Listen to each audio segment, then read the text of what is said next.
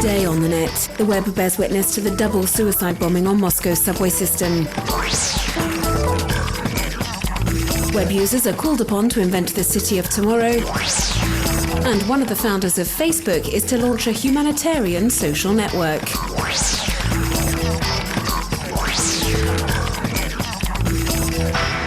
On Monday morning, 2 bombs exploded within less than 1 hour of each other on Moscow's subway system. This double suicide bombing has killed at least 30 people and injured around 100 others. Accounts are pouring in online. Videos filmed just several moments after the explosion soon appeared on sharing sites. What is particularly striking in these images is the amazing calm we see on commuters' faces as they leave the station.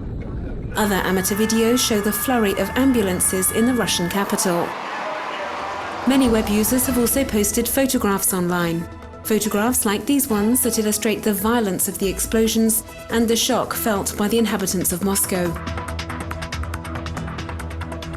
As is often the case in emergency situations, as soon as the explosions were announced, social networks were rapidly inundated with messages, sharing their fear of further explosions or pledging their support to the people of Moscow. Other messages express anger, notably with regards to taxi drivers, who, according to many witnesses, charged up to 10 times the normal rate when they saw the influx of clients on Monday morning.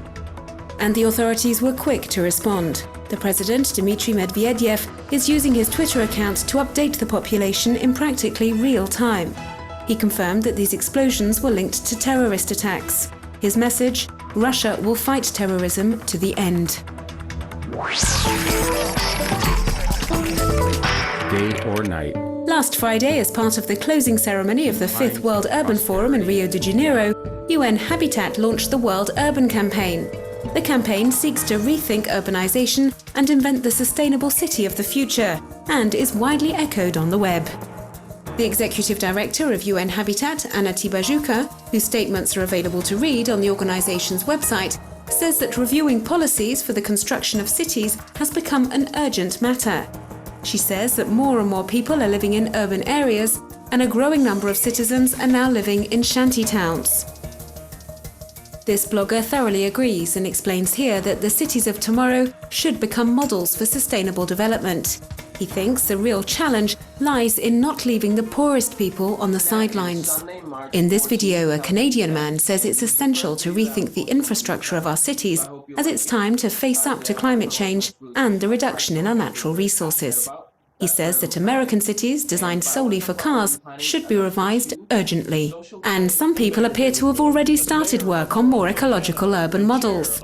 In this online report, the mayor of Toronto in Canada talks of the numerous initiatives that have been put into place to transform the city, like the use of windmills and solar panels. Chris Hughes, the co-founder of Facebook and former director of Barack Obama's web campaign, is about to launch Jumo.com, a humanitarian social network that seeks to connect citizens and NGOs on a permanent basis in order to avoid the momentum of solidarity operations following major disasters like the earthquake in Haiti petering out after a few weeks. The new site hopes to not only encourage web users to make donations, but also to use their know-how to help worthy causes. Attach a box with an inexpensive camera and a GPS tracking device to a helium balloon. This is how Robert Harrison took these amazing photos that he has posted on the internet. NASA was so impressed by the shots that they contacted this British man to find out how he took them.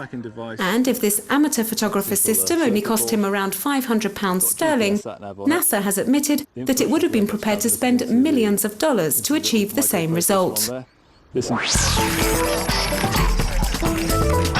Here's a video that looks at the history of data storage, beginning in the 1950s with the first punch cards, which could only store the equivalent of one SMS. Nowadays, we can save the contents of a small public library on one USB stick.